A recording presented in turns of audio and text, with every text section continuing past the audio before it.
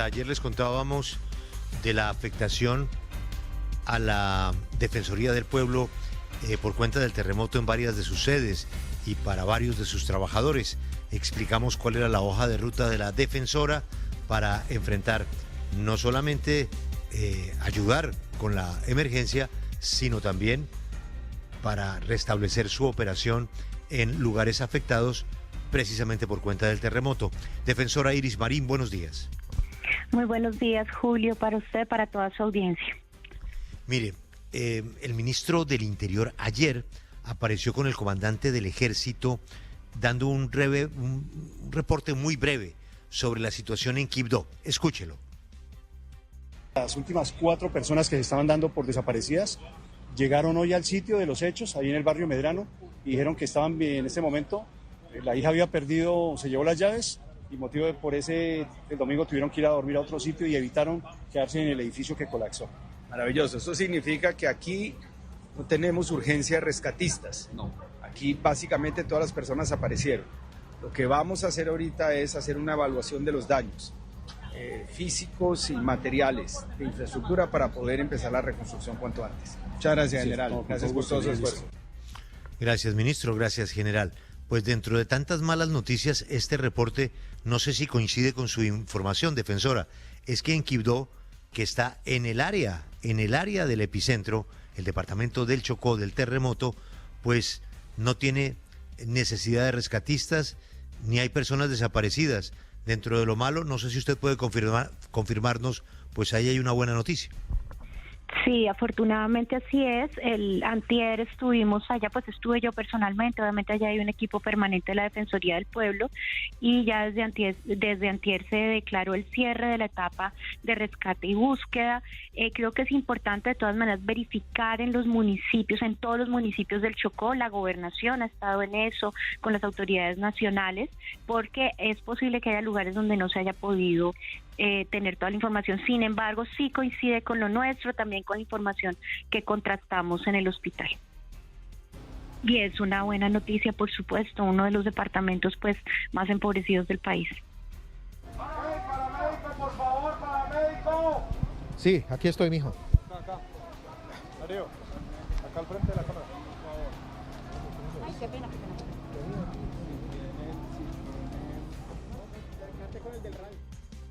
Listo.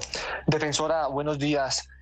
Acerca de las afectaciones en los establecimientos carcelarios, exactamente en Manizales y Pereira, se habla de posiblemente del traslado de 220 internos de la cárcel La Blanca en Manizales hacia las penitenciarías de Itagüí y Valledupar debido a los problemas estructurales con los que quedaron estos establecimientos carcelarios. Hemos intentado comunicarnos con el IMPEC, con las autoridades locales, pero dicen que va a ser el ministerio quien se encargue de dar el reporte oficial. En este caso, ¿cuál es el reporte desde la Defensoría del Pueblo? Sí, nosotros tenemos la misma información de posibles daños estructurales en penitenciarías, tanto en Pereira como en Manizales. También tenemos la información de que el día de ayer empezó ya el traslado de algunos de las personas privadas de la libertad, o tal vez antier. Ayer ya tenía yo el reporte de que había iniciado ese traslado. Esto tuvimos la información en una reunión de seguimiento con el IMPEC y con la USPEC. Entonces, pero sí es importante, es que con centros de privación de la libertad ocurre lo mismo que está pasando en general. Y es que no hay, y pues también es natural porque recién acaba de ocurrir, no hay todavía una evaluación de los daños a infraestructura que sea, digamos, completamente, que se haya terminado en todos los casos. Entonces hay que priorizar lugares especiales, obviamente las escuelas, las instituciones públicas y la infraestructura de salud, por supuesto que en esa sí ya se ha avanzado, pero también los centros penitenciarios y carcelarios. Entonces hay como una primera revisión en la que se advierte un posible riesgo y ya inició el traslado, pero es importante establecer técnicamente si los riesgos son estructurales, en qué lugares, por ejemplo en Pereira es el pabellón 5, pero pues habría que determinarlo con mayor rigor. Defensora, frente al tema de Cali particularmente, ¿qué le ha dejado la verificación de las condiciones en materia de salud en IPS, clínicas, centros asistenciales, toda vez de que Cali pues se enfrenta a una situación complicada? Algunas de las edificaciones de la red de salud pública se vieron afectadas con el terremoto. ¿Hay condiciones? ¿Se requeriría traslado según la verificación que ha hecho usted como defensora y su equipo? Aquí no tengo un reporte especialmente crítico en el tema de traslados del departamento del Valle del Cauca y particularmente de la ciudad de Cali. Obviamente ese es uno de los lugares a priorizar. Nosotros hemos visto que hay una sobreocupación en varios hospitales y clínicas en todas las zonas afectadas, pero también hemos visto una capacidad de respuesta importante de parte de los hospitales y de las clínicas. Entonces la situación está siendo atendida y desde el primer día se hicieron los traslados y las reubicaciones de las personas que era necesario de acuerdo a las afectaciones en los centros médicos y clínicas. Defensora, hay una preocupación en el departamento del Chocó, sobre todo en zonas de disputas donde hay muchas afectaciones y los consejos comunitarios temen por la forma en que van a llegar las ayudas para que eso se garantice. Sí, pues mire, el departamento del Chocó en zonas rurales, pero también en Quibdó, tiene una conflictividad armada por la disputa entre el ELN y el Clan del Golfo, el autodenominado Ejército Gaetanista de Colombia.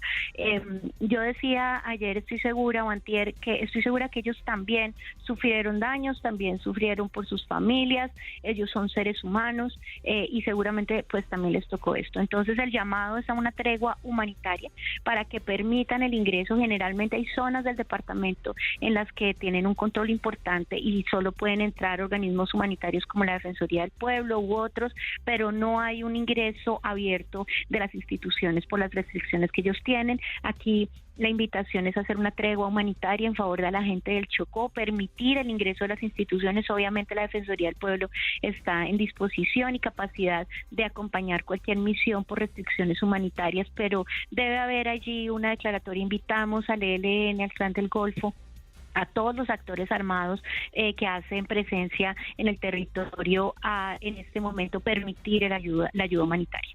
Sí, defensora, por supuesto, todos los esfuerzos aún se concentran en poder encontrar a las personas que se encontrarían debajo de esos escombros, pero es inevitable no pensar en ese duelo que se viene, y son las pérdidas humanas, esas familias que al final quedan completamente destruidas. Desde la Defensoría del Pueblo, ¿cuáles son las herramientas que ustedes pueden brindar para esa salud mental de la que se habla tanto en estos días?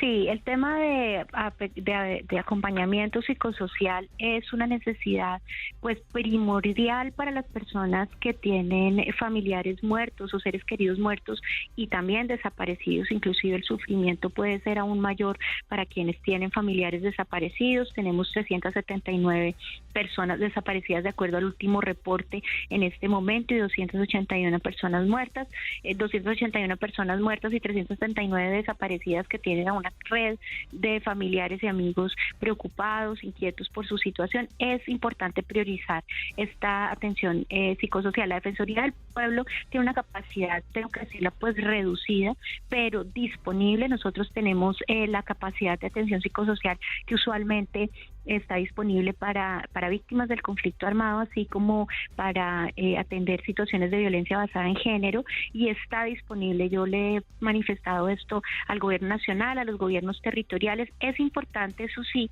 que sean las alcaldías, las gobernaciones quienes organicen la ayuda. Ni la Defensoría del Pueblo ni nadie va a parar en la disposición de ayuda, pero también es importante, como hay una disposición tan grande, que se establezca quién atiende quién para priorizar y ser más eficientes en la prestación de esta ayuda. También menores de edad. Las afectaciones a niños, niñas y adolescentes son muy fuertes, los adultos también, pero tienen más herramientas. Estamos viendo que muchos niños y niñas no se quieren quedar solos, quieren ir con el papá o la mamá, así sea al lugar que tengan que ir, pero no quieren quedarse solos porque el susto que vieron fue extremo, el miedo al abandono, al quedar perdidos es muy grande.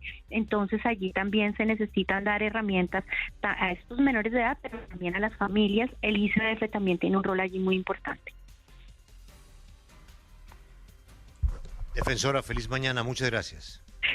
Julio, una cosa que quisiera de pronto, si hay tiempo, plantear, el tema de la vivienda. Mire, hay una serie de afectaciones en vivienda para las personas, pues imagínense, la mayoría de gente no sabe ni siquiera si puede entrar a su lugar de residencia porque hay infraestructura afectada.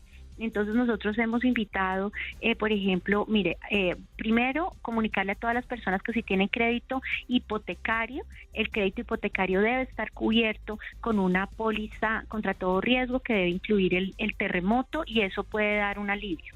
La ley dice que son 3 días para avisar a las aseguradoras, entonces es importante que lo hagan cuanto antes, no tienen que tener los papeles, pero también es importante decir que si no se avisa entre los 3 días no quiere decir que pierdan la posibilidad de acceder a una indemnización. Pero también es cierto que ahorita que el gobierno ha anunciado la declaratoria de una emergencia económica y social, creo que este es un punto y ya Asobancaria también ha tomado medidas en que es importante acompañar a la gente. Por ejemplo, en el Chocó, mucha gente compra mejoras porque no tiene propiedad sobre el suelo, porque no hay un catastro completo y no tiene pues no tiene la cobertura de un crédito hipotecario, sino son créditos de libre inversión y por consiguiente no tiene este seguro y están preocupadísimos porque tienen que seguir pagando las cuotas y han perdido el bien donde viven y quedan endeudados. Bueno, toda esta situación. Entonces, estos temas de vivienda creo que en el mediano plazo es importante priorizarlos. Nosotros hemos puesto en nuestras redes sociales de la Defensoría del Pueblo información para que la gente sepa qué hacer en este caso respecto de pérdidas de vivienda y también una invitación al Gobierno Nacional y una disposición de la Defensoría del Pueblo de trabajar con el gobierno en medidas que puedan aliviar las situaciones que en el mediano plazo van a ser muy